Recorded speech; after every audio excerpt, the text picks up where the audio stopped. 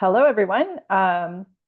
This is Lorena Patterson. I am the president of WaterPower Canada. We've got a lot of people joining, so we're just going to wait a couple of minutes to give everybody a chance to join, including my good friend Malcolm Woolf, who is joining us from the National Hydropower Association in the US. Very nice to see you, Malcolm. Great to see you as well. Thanks for spearheading this effort. This is a great idea. Yes, thank you. Thank you.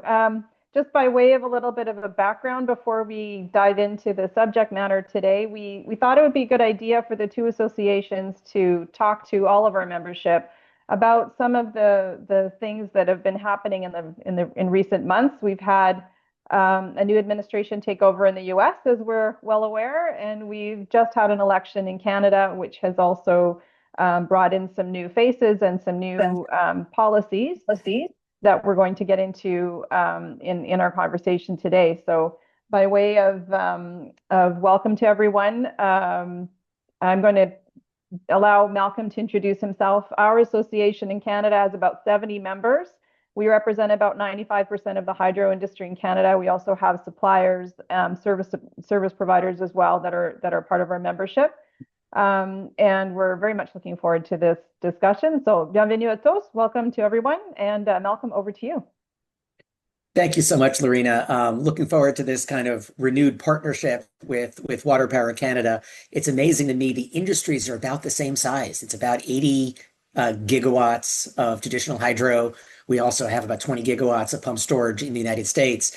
Obviously, our populations are different. So the relative role we play on the grids are different. But I think for so many of our product and service suppliers, it's one market. It's a North American market. The vintage of the units are the same. There's so much we could learn from each other. So for those of you who don't know me, I'm Malcolm Woolf, President and CEO of the National Hydropower Association, and we're essentially WaterPower Canada in the US. So we've got about 350 members, represent about 85% of US generating capacity. So we say that serves about 25 million Americans. Excellent, excellent. And obviously hydropower is such an incredible asset to have on the grid. And we've got a long-standing relationship. People may not realize this, but we've been trading electrons across our border for over 100 years. We've been reinforcing each other's grids for that length of time. And also ratepayers have been benefiting from the lower cost energy that's able to flow across the borders. Whenever, when during the trading day. So ultimately it benefits users both on our side of the border as well as in the US. And it's been a very beneficial relationship for all these many, many years. And it will be a beneficial relationship for many years to come. We are currently, as people are aware, experiencing some hiccups, but that's, any relationship always has a few hiccups along the way. So that's not to be unexpected, perhaps. And it is probably a good idea to look at our industry and realize our tremendous advantages and perhaps bring it up a little more than it has been. We've currently got a communications line out there that says, don't take us for granted, because we've been around for so long. People rely on us. We're there, but they don't really think about where their electrons come from, and they don't really think about hydro necessarily when they're thinking about electricity production. So we probably do have to make some more efforts to be more visible to the public. Here in Canada, as I mentioned, we just had an election. We have stayed with the same party that was in power for the last 10 years, the Liberals. Mark Carney is our new Prime Minister. We're seeing a lot of more of the same with a few differences. We have a new Minister of Energy, a new Minister of the Environment. We are looking at developing more energy production in Canada. The Prime Minister has said he wants to make Canada an energy superpower, which is excellent. We believe, obviously, well, Canada's a little bit behind in terms of its energy development. It takes a long time to do projects here, particularly hydro. So we are working, obviously, on supporting the government as it comes, as those plans come together. We're hoping that some of these hurdles that we're currently experiencing in our country will be able to be resolved, and we can start developing some of those projects. There will be a shift. So you may hear talk about an energy corridor. That's one thing that they're looking at discussing, increasing the transmission capabilities east to west. We already have a number of projects that are announced to increase transmission between Canada and the US, particularly in the Northeast. So you should be aware of those projects as well, and those will continue to be developed. So we're looking forward to a greater share of production as we go forward. And I'm going to turn it over to Malcolm to provide his perspective of some of the things that have been going on in the US, because it's been quite riveting. So Malcolm, please. Riveting is one word, dizzying is another. Certainly the Trump administration, the second Trump administration is acting at a very different pace and in a very different way than the first Trump administration. And so the president likes executive orders. I'm pleased that he's included hydropower in 3 different executive orders. So it's great to be a cool kid again in the US. We're part of the baseload, reliable, dispatchable power that the president likes.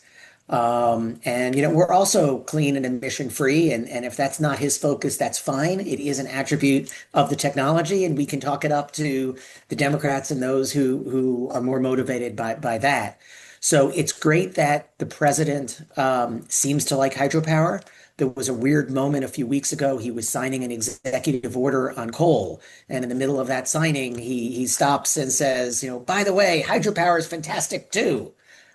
Great. I'm loving that that we're on his mind.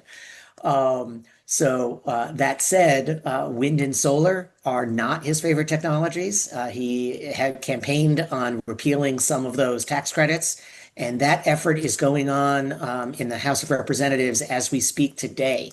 So we can talk about that in a little moment, but there does seem to be a dichotomy between the president's rhetoric on hydropower and his actions, because he hasn't really done much. In fact, the one big thing he's done is freeze the government grants that were supposed to be going out the door, and yet they haven't gone out the door. He hasn't clawed them back. He hasn't released them. They're just frozen in limbo.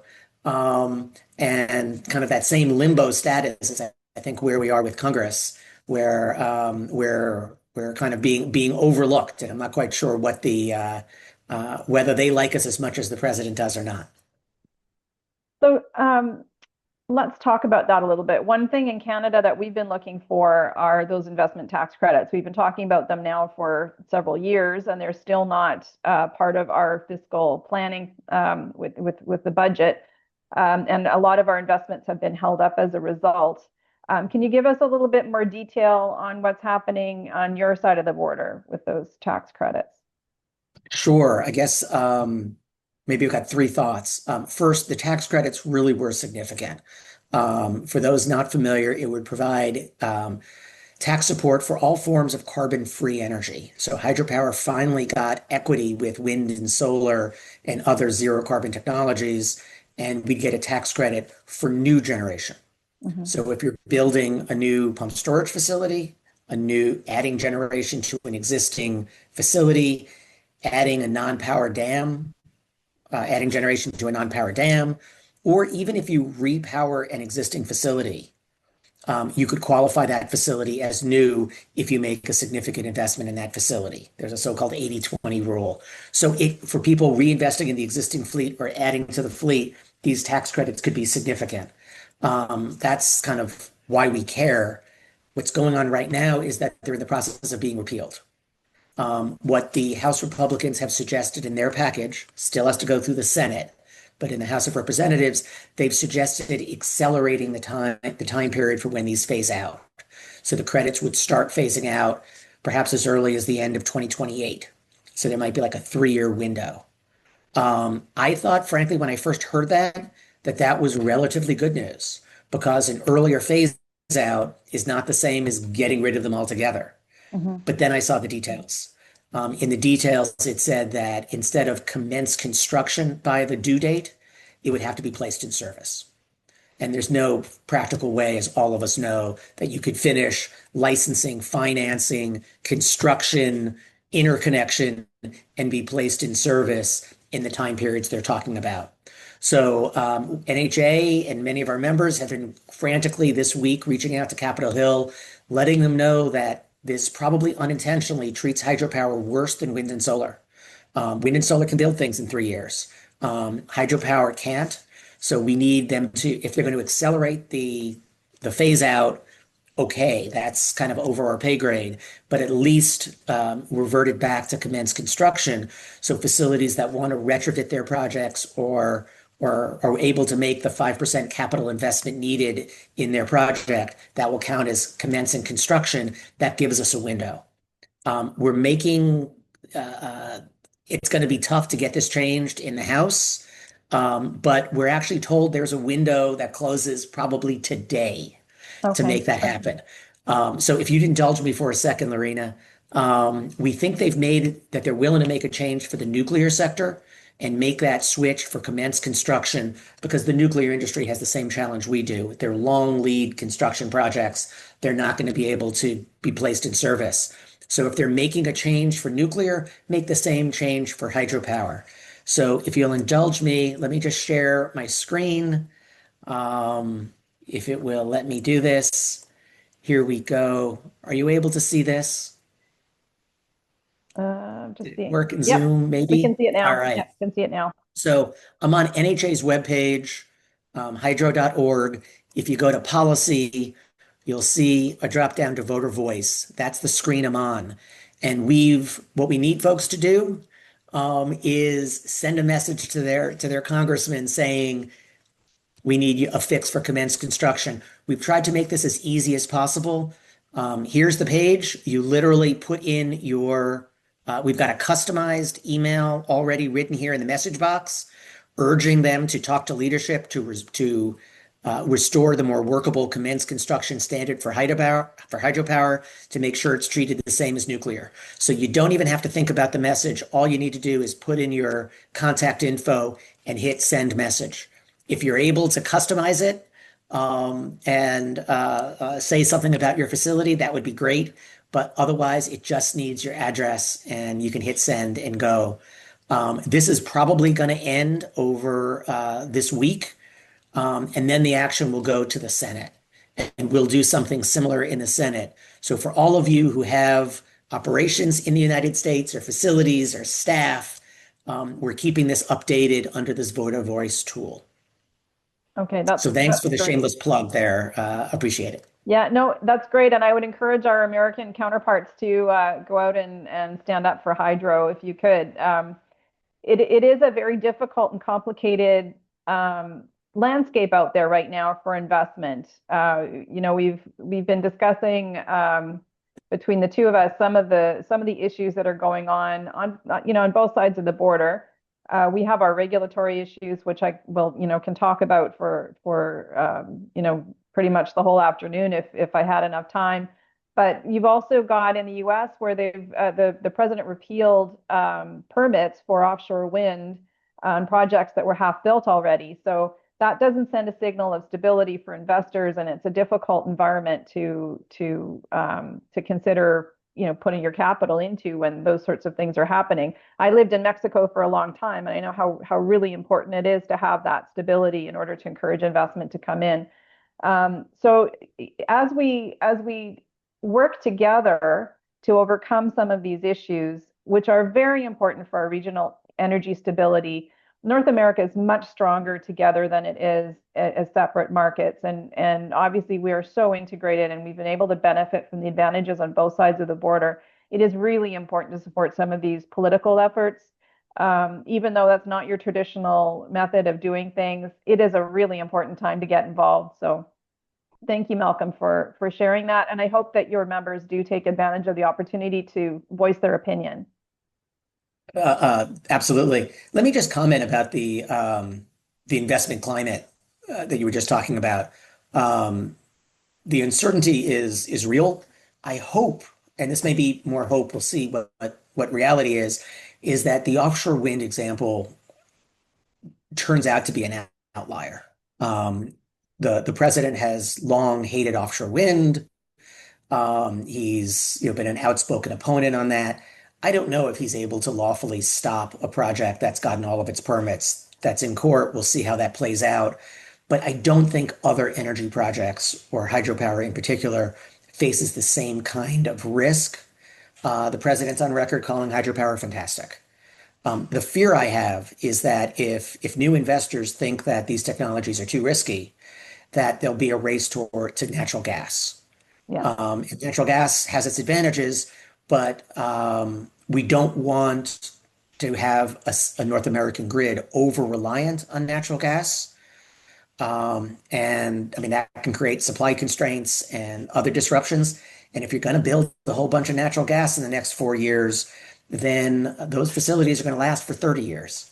And that's going to be a whole lot less need to either maintain or expand hydropower if you've made these investments in natural gas.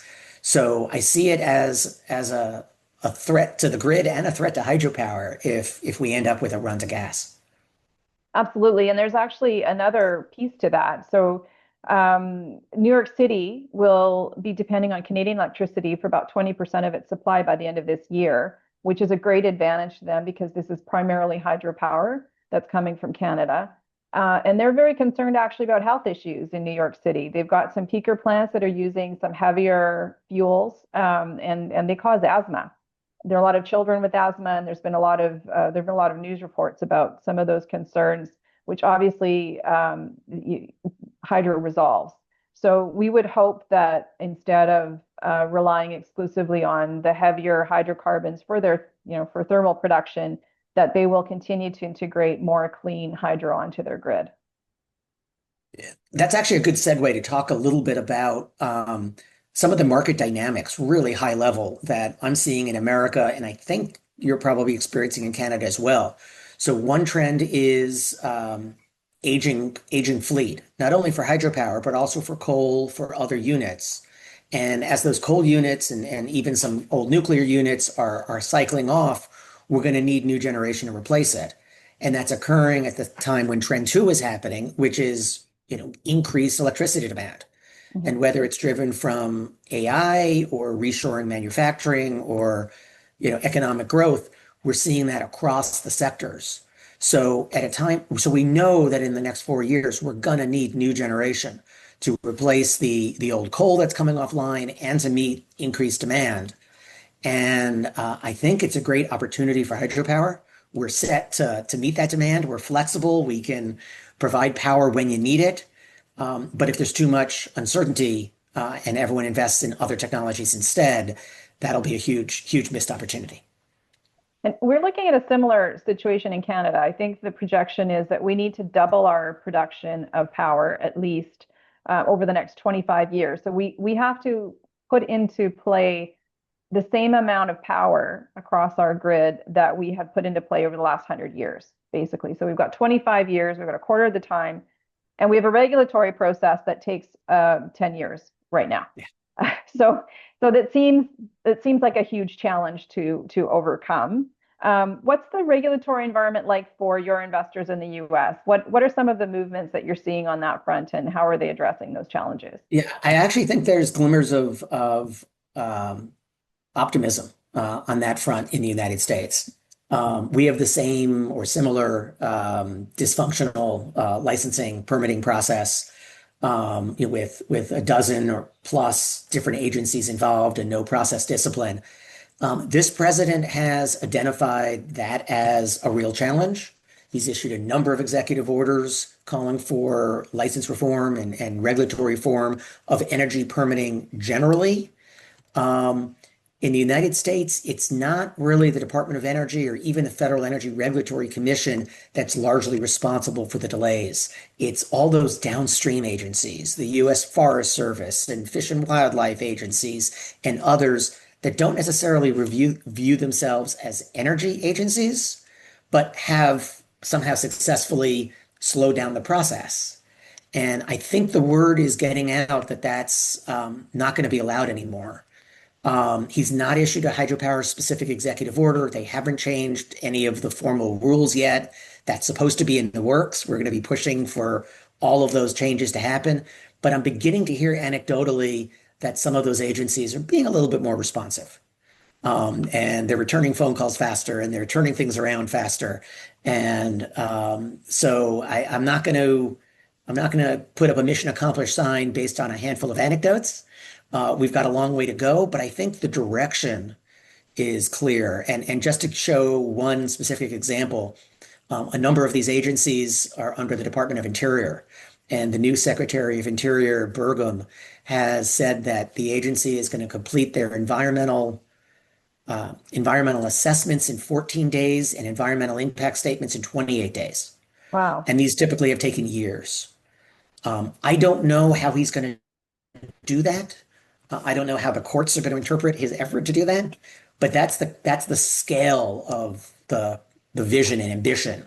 That hey, let's look at these things and in a month turn it around instead of years.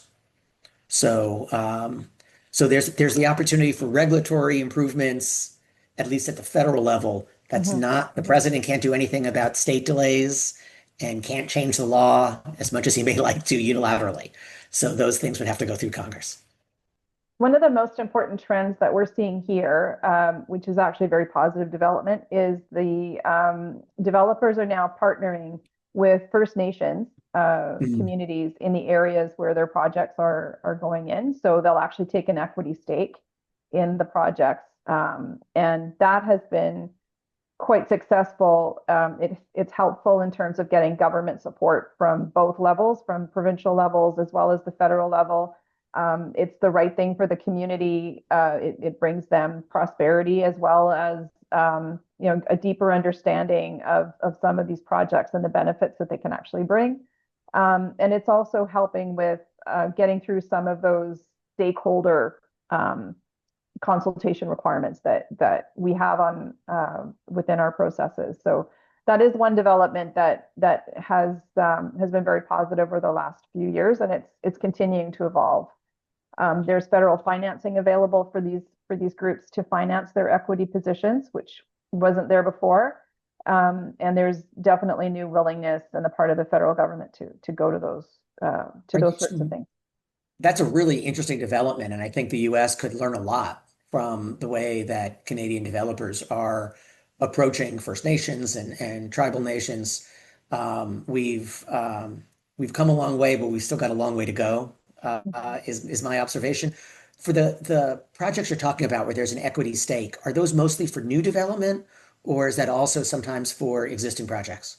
These are primarily for new developments, and companies are leaving carve outs because they know this can take a long time to get to. So they will leave a carve out of an optional buy-in while the First Nations can get organized and consult with the government and hopefully pull in the financial instruments that they need in order to participate.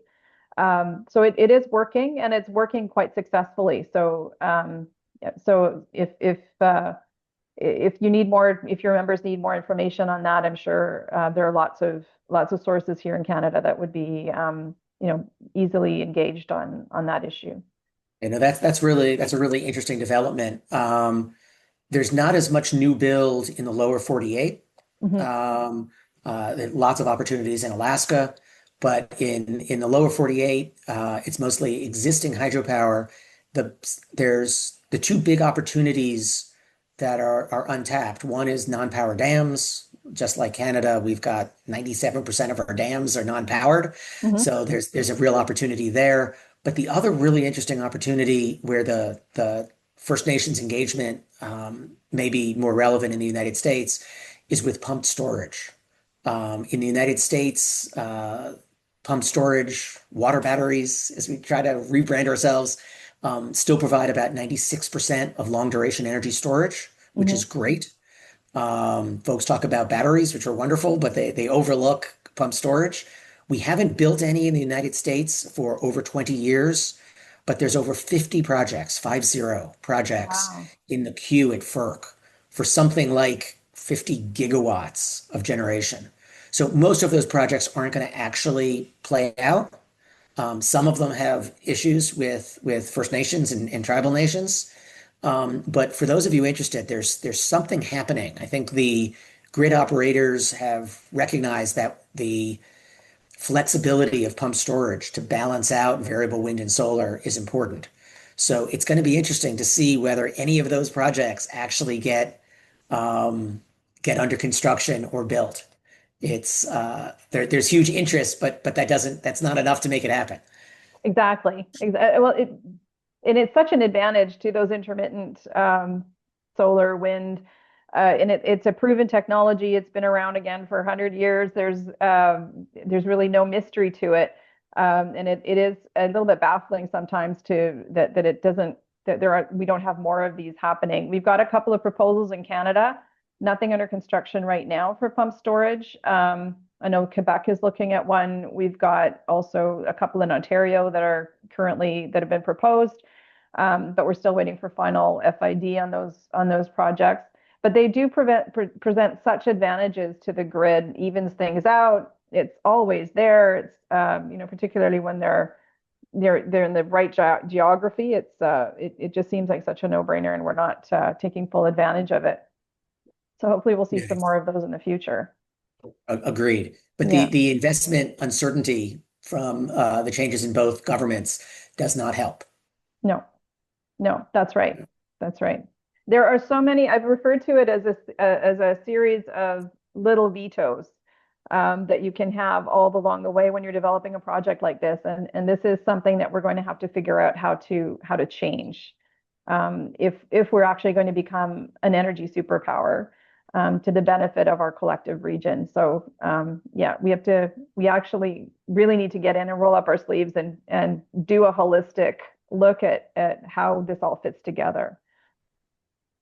And I would think both new administrations would embrace this. They want, both administrations want baseload power, domestic power, secure, firms up, intermittent renewables. Um, the challenge is these things can't typically get built in one administration's term, and the political reality is the premier wants to go to a ribbon cutting, and we can try to get President Trump to a ribbon cutting of a pump storage facility, but there's nothing there to look at yet. There's no, Exactly. the Exactly. backdrop doesn't work. So anyone has any good ideas, please let us know. Yeah, well, you can do anything virtually now. We can just, we can put up what it's going to look like, That's right. put That's an right. We'll event get them to next. some of the existing facilities that have potential to grow. Absolutely. We're thinking about those ideas. Absolutely. That's great. One of the things that has impacted some of our members recently as well is the tariff situation. So we've got tariffs on aluminum and steel in particular, and obviously a lot of the components that go into turbines and things like that are impacted by these tariffs. And so I was just interested to know if your membership has expressed any concern over that, and what's happening on your side of the border in terms of removing those tariffs, do you think? Great question. Certainly, it's a topic of concern. We do. I think I saw a great quote from you or one of your members in the press about the U.S. and Canada serving as a water battery for each other. Mhm. That we do share transmission and can balance out each other's grids. So tariffs on the electricity itself are simply a tax on consumers. Tariffs on the products and services just drives up the cost. I'm glad that most of those tariffs were suspended, along with what the president's doing with most other countries. Clearly, this is not focused on hydropower or energy. It's a more fundamental shift in philosophy about manufacturing. So this is one where I'll confess I feel like there's the old political adage, "Don't shoot if you can't kill." I feel like on the tariffs, it is Donald Trump himself who has this vision, and this is something that it's really hard for hydropower to try to influence, unfortunately. So, Lorena, Yeah. I realized if I could go back to an earlier question, I left out a really critical piece on the tax credits. Hmm. I shared how what's being proposed in the House of Representatives is really bad for new generation and all those credits, whether it's retrofitting an existing facility or new pump storage or new generation may lose those credits. I forgot to mention a huge priority for NHA, which we were not able to get into the bill several years ago, but we're hoping to add into this one.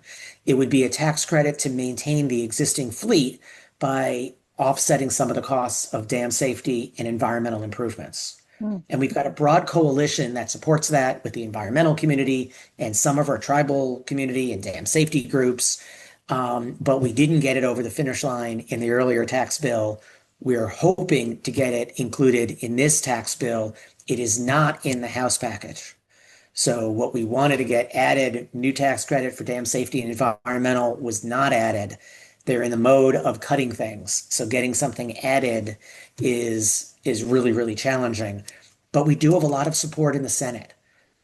We've got, I think, 14 different senators are on board with our bipartisan bill, and we're going to keep pushing to get that added in the Senate. So the more we can fix the House bill, the more political capital we'll have to make the bill even better in the Senate. If we have to use all our political capital fixing what was bad, then we're not going to be able to get this new tax credit over. The cost has been kind of estimated to be relatively modest. I think they're underestimating its impact significantly, but I'll take the official score. I'll take a low cost if I've got it. So I did want to mention, we sometimes call that the 3R bill because it supports some of the conversations that came out of the Uncommon Dialogue. That's amazing. We do have aging infrastructure across North America that really does need some urgent attention in some places, and that sounds like an excellent mechanism that you're working on. I hope that goes through. I would like to remind people that you can put questions into the chat box, and we'll see them come up. We do have some time for questions towards the end of this, so please, if you've got any questions, please feel free to go and send them our way.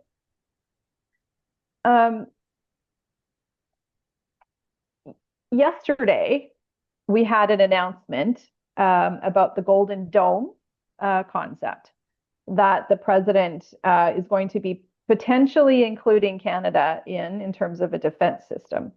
Curious to know in your conversations with the federal government if you've used the energy security piece or the argument that energy should be considered to be part of our defense system in many senses. And has energy security been part of the dialogue at all? That's a great question. The short answer is yes, but is it just rhetoric or are folks serious about it is what I'm not sure. The president has framed everything under the prism of energy dominance, which I'm not quite sure what that means. How do you dominate, particularly on the electricity side, where it's all local? It's not like we're buying electrons from China. But what I think it means is abundance. We dominate by being abundant. And if it's abundant, then it's going to be reliable. And abundant means it's going to be secure. And abundant means it's going to be cheap because we've got so much of it. So the energy security fits into that theme. He's even created a White House Council on Energy Dominance. And they're still staffing up.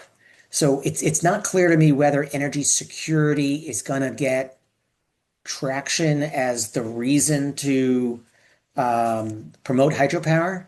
To some extent, I think we've already convinced them. I think they're on board with viewing hydropower as on the list of the key technologies that they support. But first and foremost on his mind is coal and oil and gas. And, hydropower is on the list, but it's not what he's usually talking about. So, is that different in Canada, given the huge percentage of generation that is hydropower? Is it less ignored by politicians? That's my perception, at least.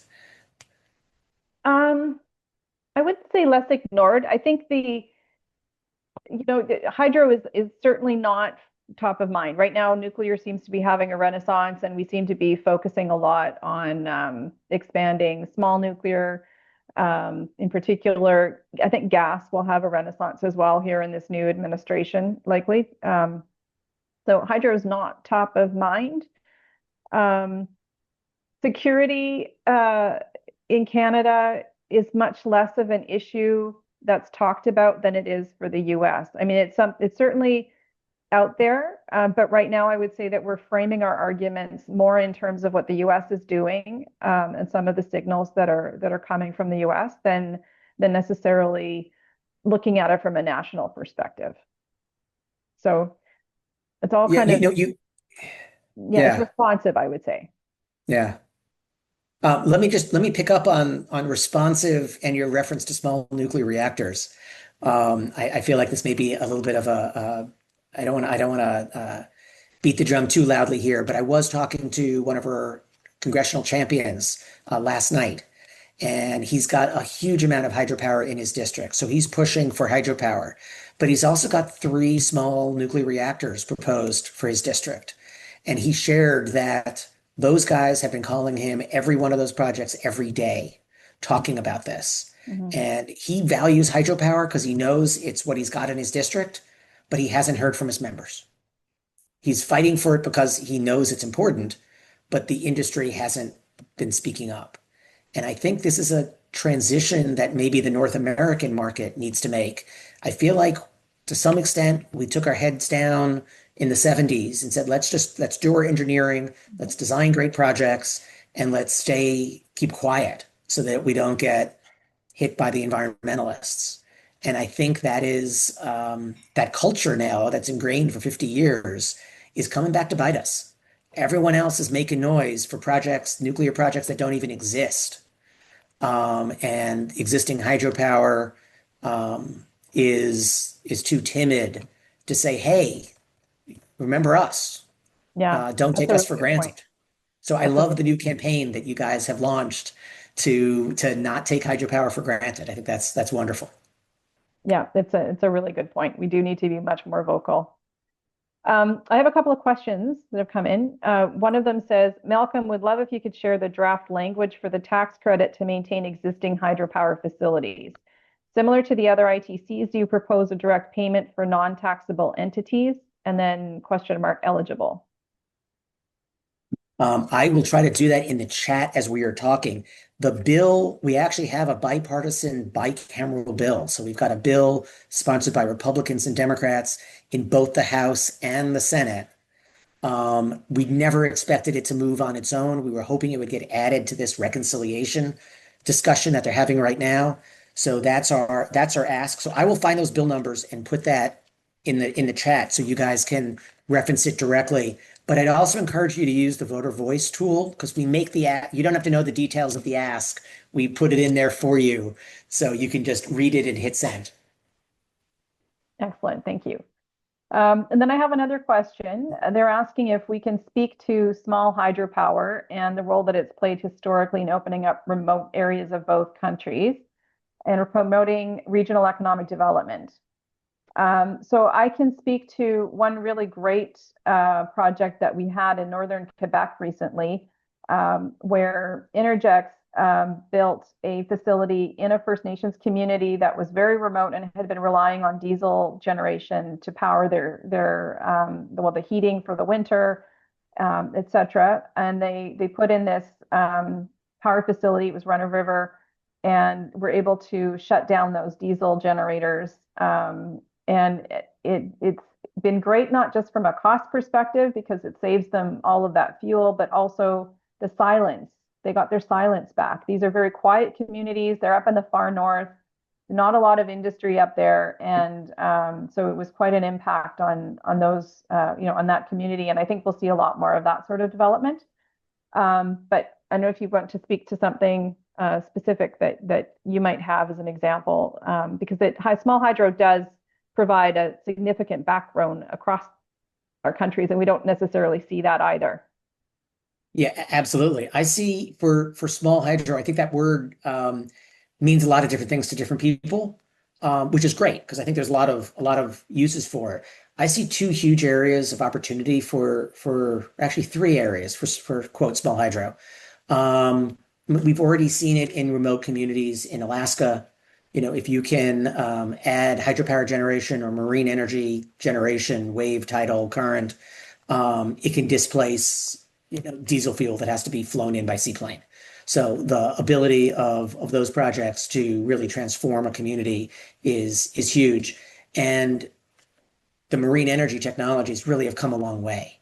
So there's a lot more. They haven't been deployed in North America that much, but they've been deployed in Asia and Europe, and I think I think we can catch up. Another area that where I see small development can be really influential is in powering those non-power dams. If we've got 97% of dams are non-powered, now, not all of them are ripe for generation, but there's a new Department of Energy study that hopefully is going to be coming out soon that I think has identified the top 4 gigawatts of non-power dam for development. So it's not 50 gigawatts, but these are the projects that have, all the technical capacity, all the analysis already done by the US federal government to do that. So I think there's a real potential for expanding non-power dams.